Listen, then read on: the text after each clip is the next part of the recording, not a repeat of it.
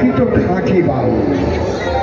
তবে আমার গুরুবাড়ি থেকে গান গাইতে বলেছিলেন বলে গাইলাম, কিন্তু আপনাদের সকলের এটা বুঝবার ক্ষমতা তেমন হবে না, তবে গুরু ভাইদের হবে, কারণ আমাদের খ্যাপাবার এরকম অনেক গান আছে। তবে আমি এই তথ্যের গানটা আজকে গাইলাম। বাবা বাউল পুনর্জীবন আবার ফিরে পায়, আবার জেগে উঠুক বাউল।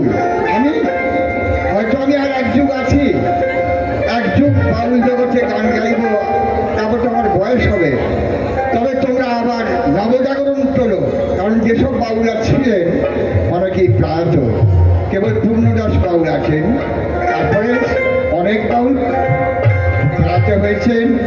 আমার বাবা সনাতন বাউল, বোলপুরের বিশ্বনাথ বাউল, অনেক অনেক বাউলরা মহাপ্রাণ করেছেন। আবার নবজাগরিত হয়ে বাউল পরিবেশন করতে হবে।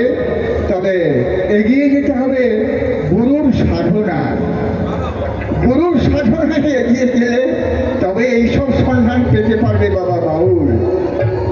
আর তাই বলছি, নবজাগরণ তোলো, বাউল গান সাধন তত্ত্বের গান, সাধন জগতে প্রবেশ করো। ভারতের যে দুঃসময় গেল না, হয়তো আবার কঠিন সময় আসছে, সেটা আমরা নিজেরাও কল্পনা করতে পারবো না। তার জন্য বাউল গান করো, আর বাউল গান গুরু ভজনা করো, গুরু শিক্ষা নাও, গুরুর ভজনা করো।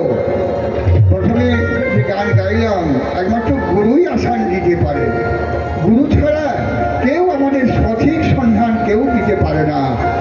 আমি এই খ্যাপা বাবার একদম দিন শিষ্য, তবে উনি আমায় অনেক কিছু দেন, অনেক প্রেম আনন্দ দেন বাবা। তবে আমি সেসব তো বলতে পারবো না। আপনারা গুরু ভজনা করে এগুলোকে আপনাদের পেতে হবে, সাধনা করে পেতে হবে। আপন আপন গুরু তো আপন ভগবান, সেরকম চলতে হবে। তাই ঠিক। জয় গুরু। গুরুদেব দাদাবাবু বসে আছেন, নমস্কার, প্রণাম।